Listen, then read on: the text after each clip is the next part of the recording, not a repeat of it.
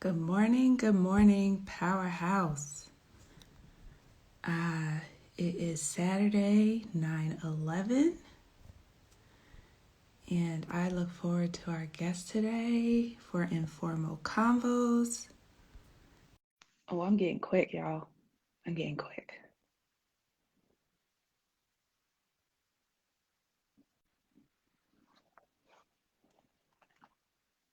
Okay. Good afternoon, Uh, Zori. Good afternoon. I said good morning. Oh man, it is afternoon. 1 minute after 12. Yes, it is. How are you? Yes, it is. Yeah. I'm doing Oh, pretty good. a word. So, you know, it's funny how you can wake up early and then still run late. So that was my life today. But I'm glad to be here. Um, so Same. I want to thank you personally. Richard is a longtime friend. We've known each other since the RU days, while I was still in school.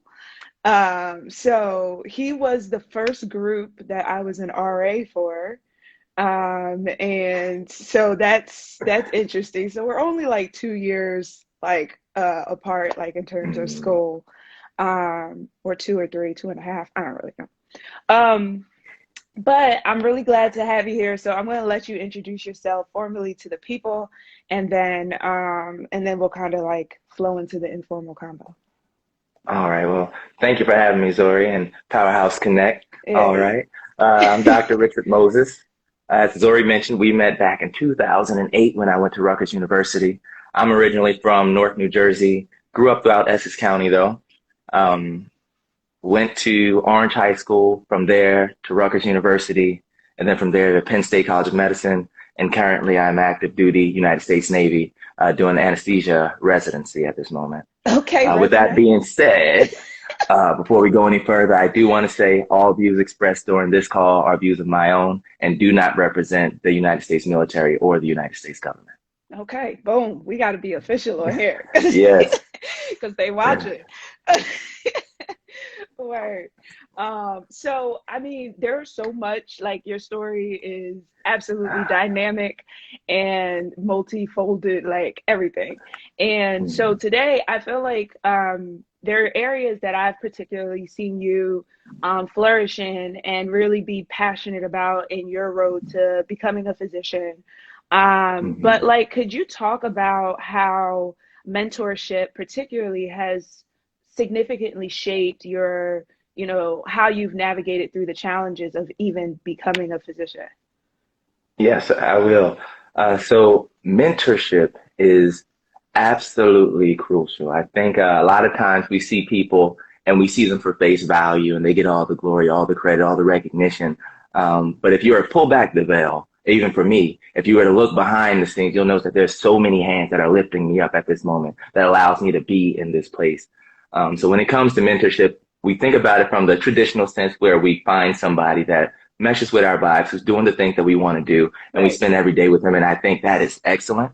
However, I also think the informal mentorship, which is more common, at least in my experience and in my life, are the people who you just happen to gravitate toward. You're just in their spaces and you're just working together, and they're constantly giving you little tidbits of advice, little tidbits of information, and they're taking you to the next place.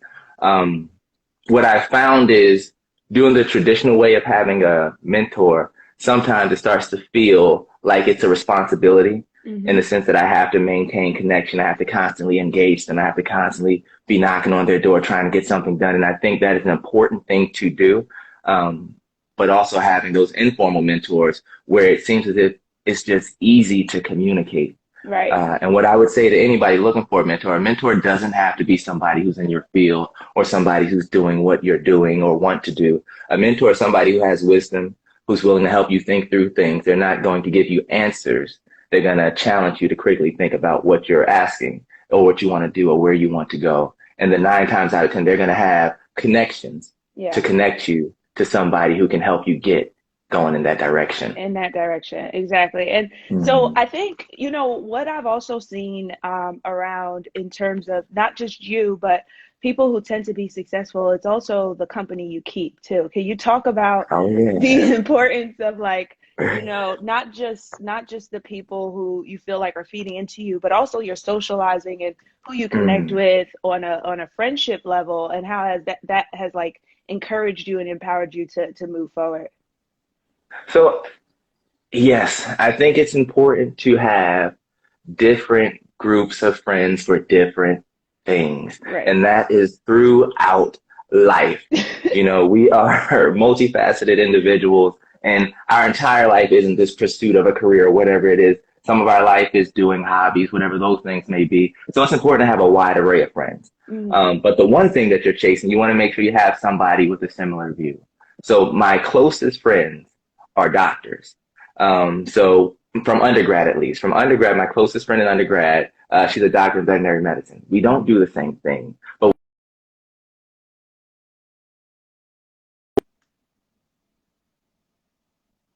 when I was taking a break, she was taking a break. Sometimes when she had an exam and I had nothing to do, I was still studying. And the same thing for me. If I had an exam, she had nothing to do, she was studying, because we both had a similar drive. Even though we were going to separate places, we had the same drive. So I think it's important to have people in your right. circle who are heading to a similar destination, who can push you a little bit further, who are going to encourage you to do the things that you don't want to do sometimes, because those are more often than not. And then have people who are Right. willing to say, hey, it's time for you to kick back a little bit. You need to take Right. a break. You need to relax. You need to refocus, recenter, and come back again with fresh energy. Right. I Yeah. love, first of all, like one thing I love about Richard is like his enthusiasm and conviction be like, it's like contagious. Like you be like, yes. you, you feel so encouraged when you leave him, and then you be like, okay, so how am I gonna do this? All right. I love it. I've actually had the pleasure of having you speak to my students a couple years back, as in your role as a resident, Mm. for at Walter Reed. So, as a military physician, you made your proclamation at the end. But in terms of that voyage and that experience, how has that shaped your leadership style, particularly? Oh, um, so to really answer this question, I do have to go back a little bit. Okay. So I joined the military my first year in medical school as a HPSP scholar, which meant that they would pay for medical school, and in exchange, I would give them a year for year of service. When I initially decided to join the military, it was just a mindset of, hey, I want to serve my country. I want to travel the world. I want to explore different things. Um, and looking back at that, it was very superficial. I did not know what that would mean. Going into the residency match aspect of things, I matched in the military, not into a residency of my choice, but in one that they had chosen for me. I would set off a chain of reactions. And then I went out and did general medicine for 2 years. And this is where all the experiences that I would have never imagined started to happen. This Mm, is where I was responsible for reporting to my direct commanding officer about medical issues that are happening in the region, medical issues that are happening within the command, taking care of about 1,200 Marines and sailors together, helping to lead the sailors that were under me and assisting, taking care of these Marines and sailors that were under me, and things that I had learned, because you're going straight from an intern to being an independent physician. right. Um, so you really have to learn how to lean on your own understanding.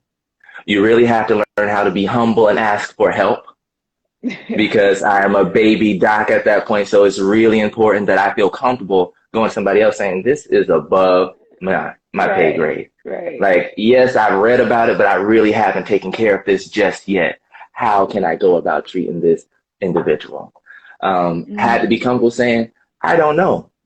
Because you walk into a room, it's a room full of officers who are professionals within their field, and you are the only physician in the room. You're supposed to be the professional within your field. So they're asking questions. Specifically, when I was out in Okinawa, Japan, this is the same time that I believe mumps was starting to come back. mm, Um, was starting to come back. So that was not measles.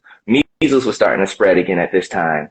And that was a big discussion. Well, where is it happening at? What are things that we should be doing? So I had to go back and do a deep dive and do my own research and figure it out and bring it back and give a presentation to the command. yeah, lifelong So it learning. definitely, Yes. Medicine is a practice. It's a So right. yes. So what it has taught me is one, to lean on my own understanding. Two, be afraid to ask for help or to say I don't know. Uh, Three is to realize that I am not in this alone. One of the biggest things about being in the military is the community that you have. A lot of times you show up whether you're tired, you're sick, or whatever it may be, you're willing to go above and beyond because the people who are right next to you are giving 200% consistently. Hmm. Mm. So like your I guess say ideology on what it means to be a leader. What would you like, how would you encapsulate that in like a short, like saying, leadership to you is I would say leadership to me is humbled confidence and recognizing that there's no job too small for you. right. Okay. All right. Stay humble. Yes, I love it. So, of course, Powerhouse Connect is an advising and consulting company, and the ideology and the perspective of the company is really about the importance of mentorship and development and growth, and also how when you said you don't need to do this alone in the formalized process of advising, particularly academic and career. I guess for the people, I think it's important to also talk about some points in your journey where formal advisement has been impactful to your career and professional growth or your academic growth, particularly. Mhm. So I'm not going to go through all I know, of right? the moments because there's so many. There's so many, but I will hit on a few highlights. Um, I have to start with my middle school teachers, Mrs. Woods and Mrs. Simpson.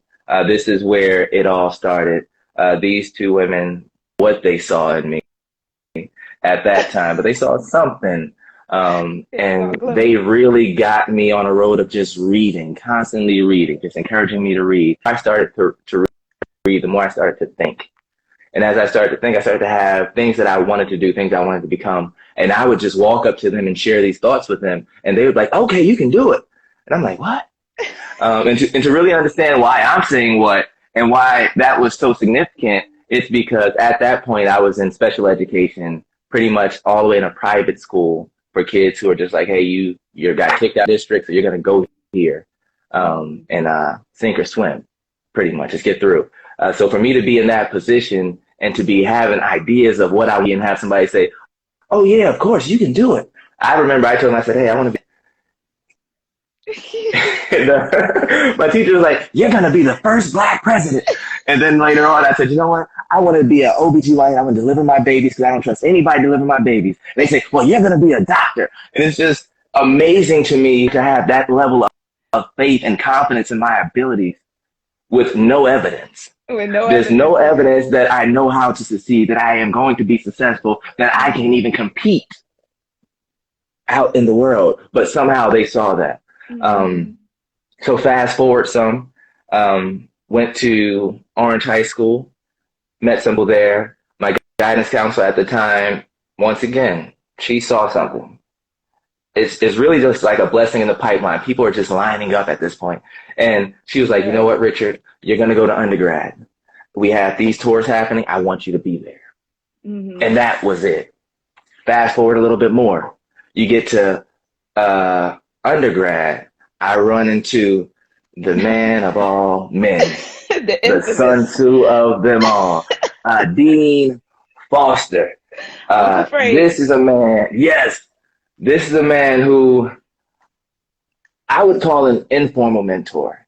Like he was mentoring me the whole time, and I had no clue. Like I assumed that he was working in the capacity of a dean. And it Right. wasn't until I got to the end when we started having like this really serious discussion of getting ready to go away to medical school. And I was like, whoa, you're not just talking to me like my dean. Like, You actually care about me as an individual, not only how I'm doing Right. academically, but how I'm doing personally and what I plan to do in my life. Wow. Right. um, but we had a lot of great discussions. The first discussion when I first came was a small one. It was like, well, hey, as you embark on this journey, um, who are the people that are going to hold you accountable for showing up when you don't feel like showing up when things get hard? And I remember I said to him, I said, for me, it's my future kids. And he said, no, no, no, no, no. You need somebody that's tangible. You need somebody that's here, somebody that you can call on, you can count on. And I said, well, yeah, there are many people that I love and I can call on and I can count on. However, we are imperfect people, so there are going to be times where they get me upset or that I'm mad at them. And that's not going to be a reason for me to not do what I need to Yeah. do. So I need something that's unchanging. So for me, it was the potential thought of having future kids. Yeah. And he just let it go. Moving a little bit forward, some more. As it's time for me to go to medical school, he kind of helped me with my applications, helped me with kind of getting placement at different places as I was traveling. I got my first letter back from a school, and I called him up. It was probably about 7 p.m. at night. 7 p.m. at night. I called him up. I'm pacing in the room. I have the letter in my hand, just going back and forth, back and forth. I said, Dean Foster, I have a letter. He said, okay, good. Is it a big letter or a Or the small small letter? letter. It's I all said, it's the a big difference. letter. He said, okay, good, because it was a small letter. I was going to tell you to let it sit for a little while. Open it up. And I opened it up, and it was my first letter, and I happened to be accepted into medical school, and we just celebrated on the phone. After that, I hung up. I called a few other people and let them know, and I just remember being so moved. And then fast forward to the end of the year, and this is where it became apparent that he was actually mentoring me throughout the Mm-hmm. entire process. He wasn't simply filling a role as a dean, but he had truly invested in me and my life. Um, and he was like, okay, so you're getting ready to go off to medical school. I have no doubt that you're going to do great things and you're going to do that. Right. But what I'm going to encourage you to do is just make sure you contact with family and those that you love, and make sure that when you find that special woman, that you honor your relationship. And I was like, dang, how we The get to talking whole, about this? the whole thing. Right? So that was just really important. And I'll share one more with you. Mm-hmm. Because I think this was definitely a big moment. As I was rotating through my clinical rotations, I was working with a pediatric nephrologist. And at the end of the month of working with him, I stopped and I asked him, I said, well, hey, can you give me a little bit of feedback? And his feedback was, well, hey, Dr. Moses, you are exactly where you should be. You're excelling. There's nothing much I can really tell you. What I Mm-hmm. will say is this. As you continue to study and train, keep in mind that there are three different types, and this is how people will see you. When they have you, they will either say, well, don't call Dr. Moses. He probably has nothing to add to this discussion. Or they'll say, hey, yeah, Dr. Moses, if you have something basic, he can probably help you out. Or it'll be the third one. Definitely call Dr. Moses, because even if he doesn't have the answer, he'll have something interesting to add. Right. So That make sure you resource. strive to be the one that's adding something interesting to the Right. discussion. And I was like, wow.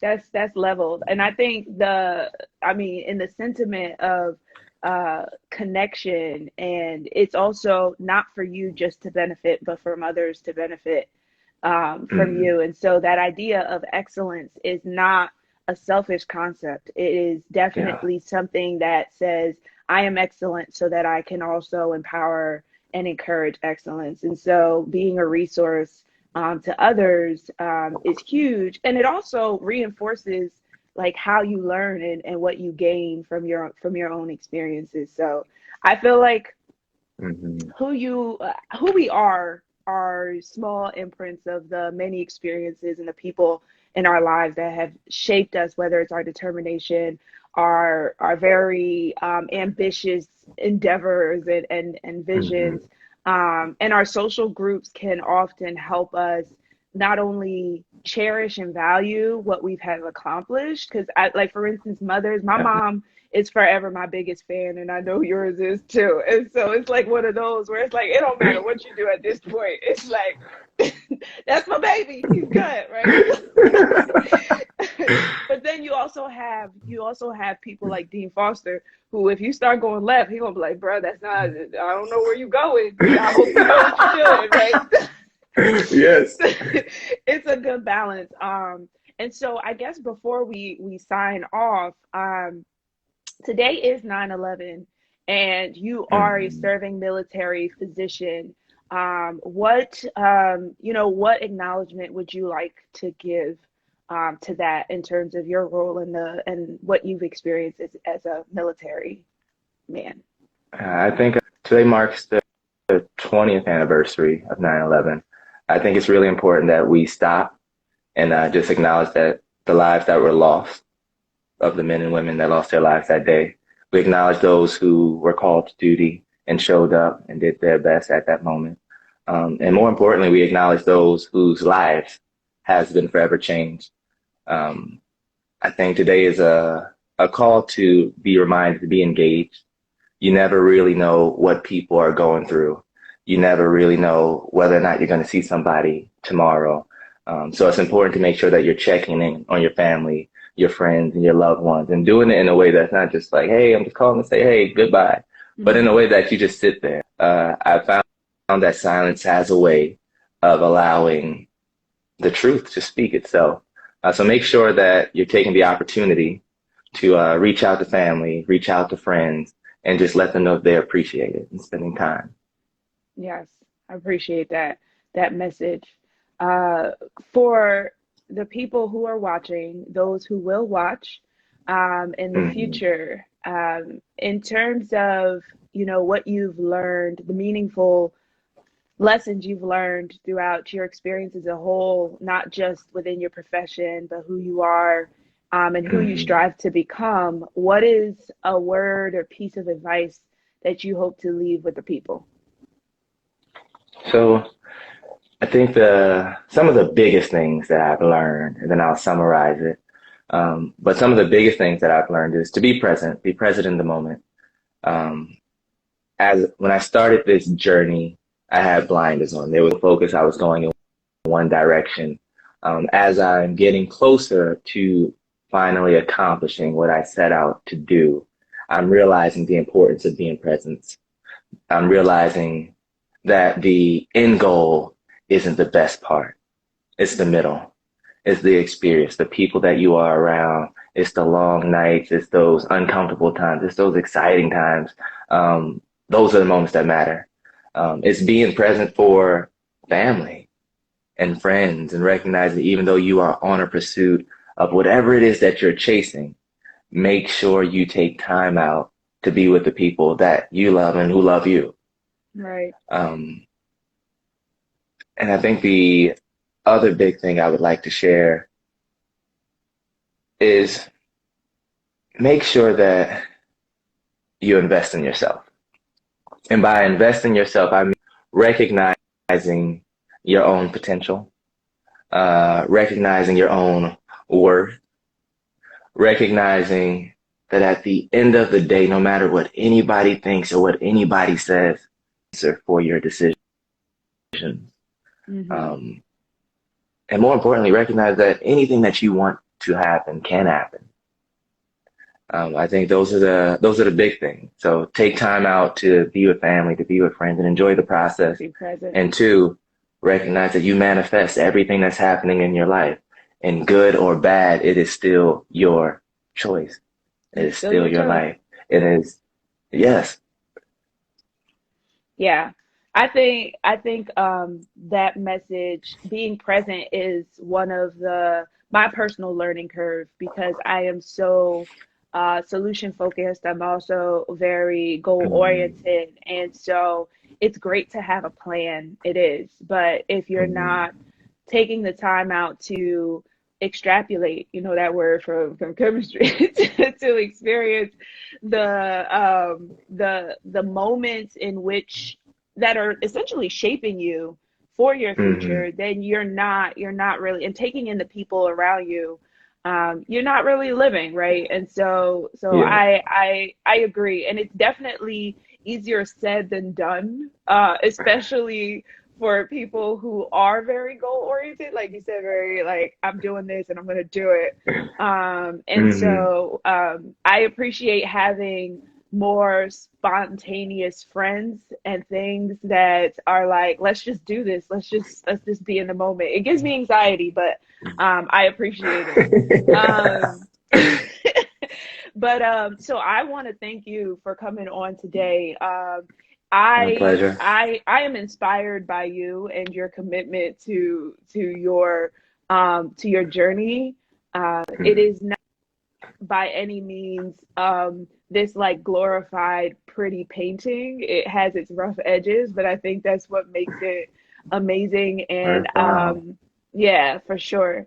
And so it's been a pleasure being a friend. And I look forward to the future of how your journey can also inspire and impact other people's lives. So that's it for today with Powerhouse. We thank Richard, Dr. Richard Moses. Put some respect on it. Cut it out. I call him doctor in public places just because I feel like people need to know.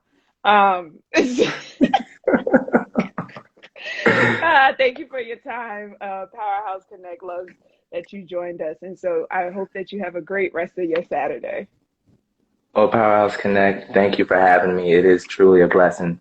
Zori, to know you, I think you take the opportunity to interview multiple people. I really think the chair needs to be rotated so that you can talk about your experience. Because I will tell you, it is a privilege to have you in my life, somebody who's going outside the box and constantly reaching. It is a reminder to me that all things are possible. Oh, So thank you for having me and enjoy the that's rest my of your day. review. I'm gonna put it on my website. Thank you. All All right. right, bye. Bye bye.